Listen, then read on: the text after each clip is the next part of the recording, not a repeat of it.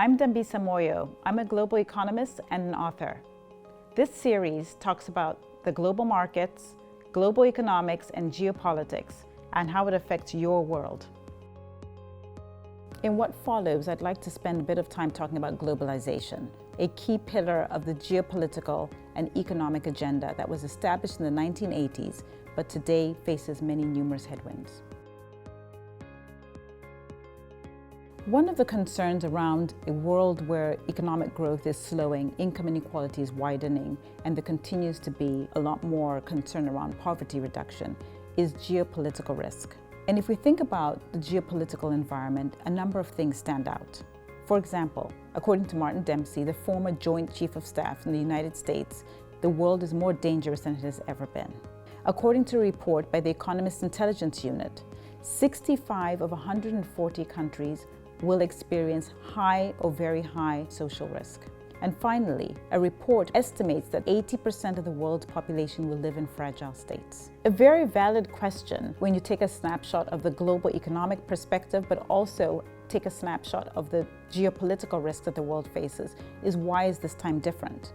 And the question is really important given that the world has seen World War I and World War II. We've seen the oil spikes in the 1970s, structural adjustment and stabilization in the 1980s, the fall of the Berlin Wall, the rise of China. So many things have happened, but the question then becomes, why is this time different? I would argue that there are 6 key factors that are making the world a complicated place to address from a public policy perspective. Technology, given the enhancements that technology can deliver, real concerns about whether or not it's creating a jobless underclass. Demographics, not just the quantity, but also the quality of the population in terms of being able to contribute to long-term economic success. Natural resource scarcity, concerns about the imbalance between supply on the one hand, but demand on the other hand, driven by urbanization, the growing population, and increasing incomes around the world. Productivity. We are seeing a decline in global productivity, not just in developing countries, but also in leading developed nations around the world. And what that might mean for our ability to deliver economic growth, particularly given that productivity explains 60% of why one country grows and another one does not. Income inequality, an issue that just a decade ago was not on the agenda, and today, because of the failure of social mobility and concerns around income inequality because of technology and other changes around the world, is leading to a debate of income inequality at the top of the global agenda. And finally, debt. The fact that world GDP is $60 trillion today, and debt is roughly the same number. In fact, reports by McKinsey put it at multiples of that. Their estimate is that global debt could be as much as $240 trillion. And this is debt that we're not able to repay. To give a snapshot of where globalization stands today, I would argue that there are a few data points. With regards to trade, the World Trade Organization has made clear indications that global trade has been on the decline over the past decade. In fact, the growth in global trade has continued to decline since the financial crisis. This obviously means that we're seeing a retrenchment or a reduction in globalization, which was one of the key tenets of the globalization agenda of the 1980s. One key reason for the reduction of trade over the last 10 years has been the rise of protectionism.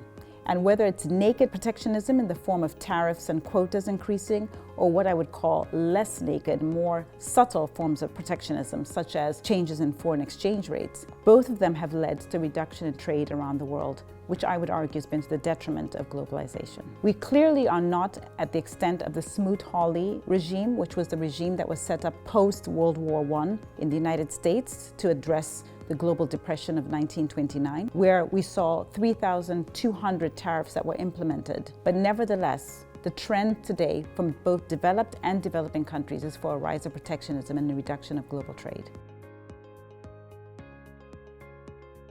As we continue to think about the issue of globalization, one area that is worth considering is the rise of the state. The idea that governments have become so central to global economies, not just as arbiters of capital and labor, but also in their ability to create jobs and provide welfare. One of the most interesting reports that I've seen recently is the ranking of the top 10 employers in the world today. Of the top 10 employers, 7 of them are governments. In fact, The largest employer in the world today is the United States military arm, which employs over 3 million people. The second largest employer in the world today is the Chinese military arm, which employs around 3 million people also.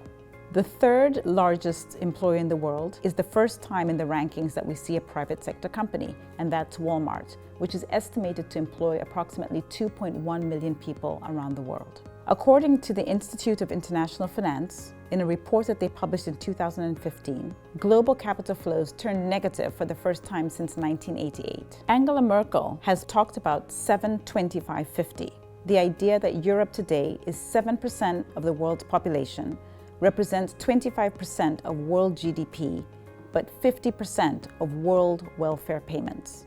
If we add the United States to that, some of the estimates suggest that the United States and Europe together are 12% of the world population, represent just under 50% of world GDP, but 90% of world welfare payments. Angela Merkel has explained that this is problematic, given that 90% of the world's population lives in the emerging world, which is where most impoverished countries in the world exist today. I would argue that over the past 30 years, we've actually seen considerable movement in terms of trade and goods and services, as well as the movement of capital. But one of the things that has remained the purview of national governments and has not had a global agenda is immigration.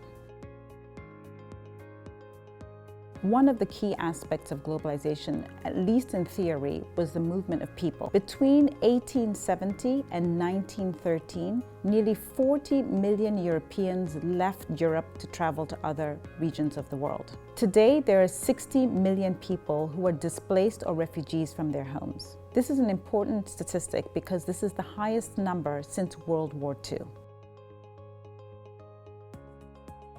From a business perspective, there are real questions around what globalization means, and importantly, the decline in globalization and what the impact might be for jobs and opportunities around the world. Many businesses over the past 30 years have relied on what is called a carry trade. They've borrowed cheaply in Europe and the United States and used that capital to invest in higher returning regions of the world, such as the emerging markets.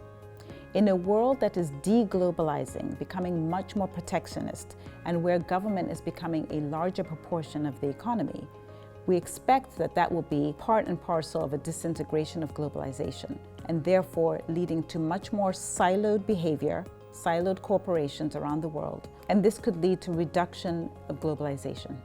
Despite real concerns about slowing and low economic growth, rising geopolitical risk, and a whole array of challenges that I've described, there are real opportunities for us to be constructive about creating a world that provides innovative solutions for people to continue to improve their livelihoods over the long term.